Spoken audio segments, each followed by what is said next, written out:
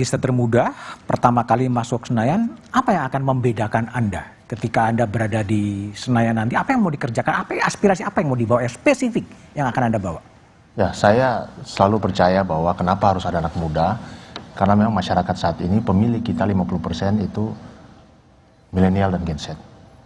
Jadi secara spesifik saya akan memberikan program-program yang tentunya sangat kena ke masyarakat, khususnya anak muda, terkait juga dengan pendidikan, ataupun juga terkait juga dengan lapangan pekerjaan, dimanapun komisi saya ditempatkan. Kalau memang saya tidak ditempatkan di komisi yang berkaitan dengan itu akan menjadi kegiatan sosial saya. Dan secara spesifik saya akan mengangkat isu-isu yang sangat-sangat berkaitan dengan anak muda. Bagaimana? Anda bisa meyakinkan publik gitu, dan kemudian ada ayah Oli Dodo Kambe yang begitu nama besar di PDI Perjuangan. Bagaimana Anda bisa melepas dari figur ayah itu? Ya, saya selalu percaya bahwa yang namanya generasi kedua atau generasi ketiga di dunia politik itu pasti akan ada stigma negatif seperti itu. Dan itu akan saya gunakan sebagai suatu semangat baru, acuan baru, karena saya percaya juga saya terpilih ini dengan proses yang sebagaimana seharusnya.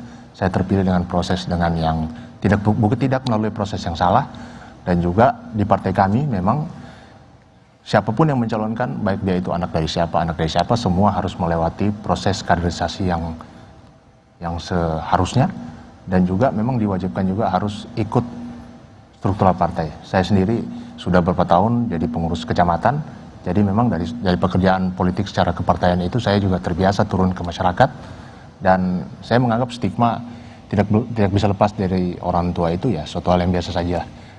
Saya anggap itu hanya menjadi pemacu semangat saya, dan nantinya waktu yang akan membuktikan. Oke, baik. Cindy, sekarang legislator muda, perempuan lagi, ada sesuatu yang baru nggak sih yang mau Anda lakukan? Dan ini loh harus saya perjuangkan. Pada era saya inilah bisa dilahirkan rancangan undang-undang kepresidenan misalnya. Gini, yang pertama yang saya tangkap adalah anak muda itu harus accessible. Kita tuh accessible dan harus transparan. Mungkin merangkum yang tadi teman-teman sampaikan. Jadi kalau untuk isu spesifik, tentu saya harus menyesuaikan di mana program-program yang spesifik juga untuk masyarakat itu sesuai di mana komisi saya ditempatkan. Tetapi jauh sebelum saya masuk politik, saya ini adalah seorang perempuan yang sangat memperjuangkan, kita punya foundation yang sangat memperjuangkan tentang perempuan dan anak. Jadi terlepas di mana komisi saya ditempatkan, kita itu udah ada rancangan akan membuat program pengaduan perempuan dan anak, di mana nanti kita juga udah siapkan tim hukumnya dan juga tim psikolognya untuk mengawal kasus-kasus tersebut. Dan juga karena saya basicnya adalah seorang pengusaha dan jurusan ekonomi, tentu nanti kita akan mendorong program-program legislasi yang pro terhadap UMKM. Terima kasih. Oke, kalau Abraham yang kelihatannya berlatar belakang lawyer ya, dan keinginan kalau dikabulkan akan berada di Komisi 3 gitu.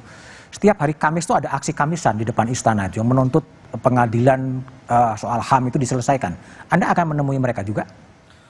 Tentunya kita akan menemui bukan hanya mereka ya, semuanya pada umumnya. Tapi yang kita inginkan ke depan ini seperti yang tadi katakan Pak pengamatnya, siapa namanya?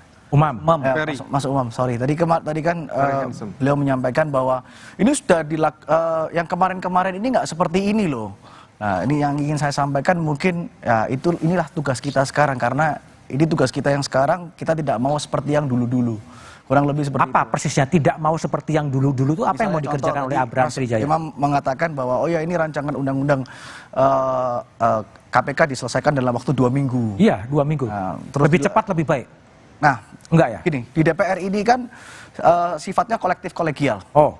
Ya kan, kita nggak bisa berdiri sendiri. Tapi paling tidak yang kita bisa lakukan di era yang sekarang dengan banyaknya anak muda yang masuk, dan itu tanggung jawab kita. Paling nggak kita bisa menginformasikan kepada publik, paling nggak kita bisa minta partisipasi publik. Salah satunya juga dengan menemui orang-orang yang ada demo di DPR. Demo di DPR. Ya. Oke. Kalau Ismail Bahtiar, apa yang mau dibawakan ya?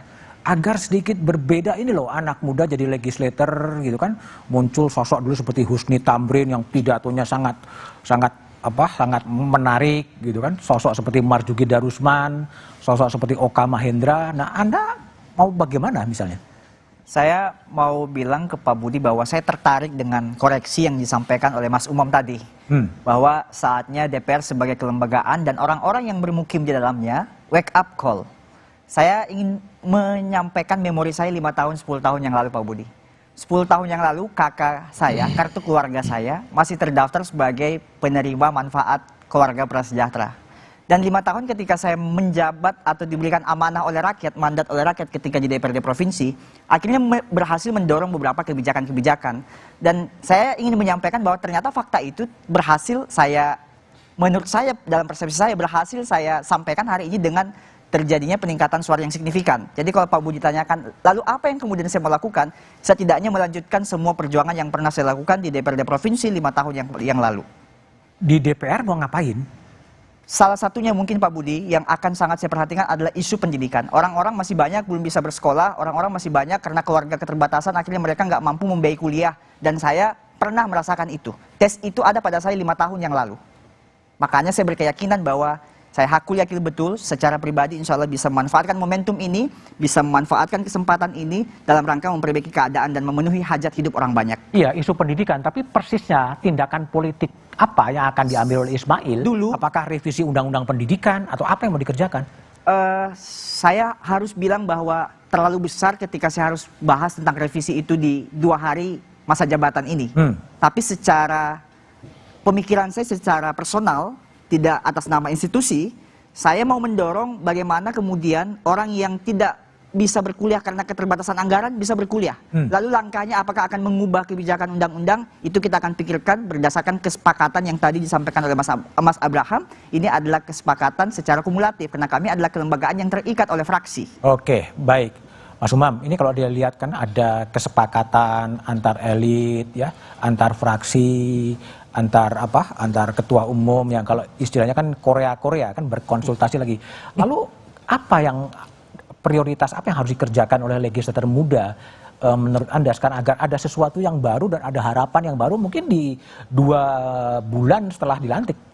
Ya, spektrumnya memang sangat luas, Mas Budiman. Tetapi yang terpenting adalah teman-teman politisi muda harus mencari contrasting image. Contrasting apa image. yang membedakan mereka daripada legislator-legislator yang lebih senior. Nah, baik secara komitmen moral, secara integritas, secara sikap kritis terhadap kebijakan. Misalnya tadi Mas Bram menyampaikan tentang komitmen untuk penguatan ya, penegak hukum. Per hari ini KPK dilemahkan. Partai-partai diam saja itu. Nah, ini menjadi sebuah pertanyaan serius misalnya terhadap masing-masing partai politik. Nah, ini yang kemudian harus dicarikan titik bedanya.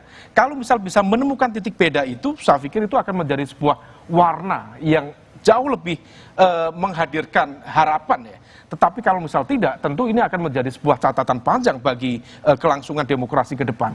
Yang pasti, dulu Soekarno mengatakan, berikan aku 10 pemuda, maka akan aku guncang dunia. Pak Jokowi sudah menyumbang 3. Nah, selanjutnya terserah mereka.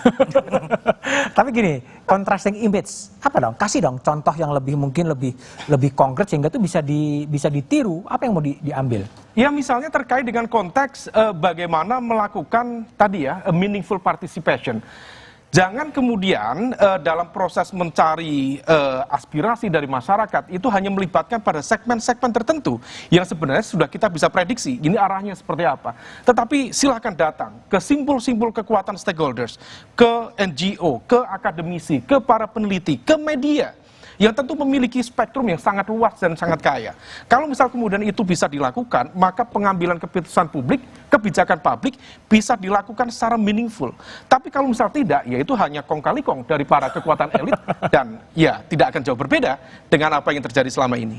Oke, mudah-mudahan tidak jadi kong kali kong ya. Terima kasih semuanya telah hadir di Satu Meja di Forum. Kehadiran DPR muda dan baru adalah fakta. Namun yang lebih penting adalah bagaimana DPR tidak menjadi tukang stempel pemerintah, melainkan menyuarakan derita rakyat. DPR harus punya compassion terhadap kesulitan rakyat. Demikian Satu Meja di Forum malam ini. Sampai jumpa pekan depan. Selamat malam dan terima kasih.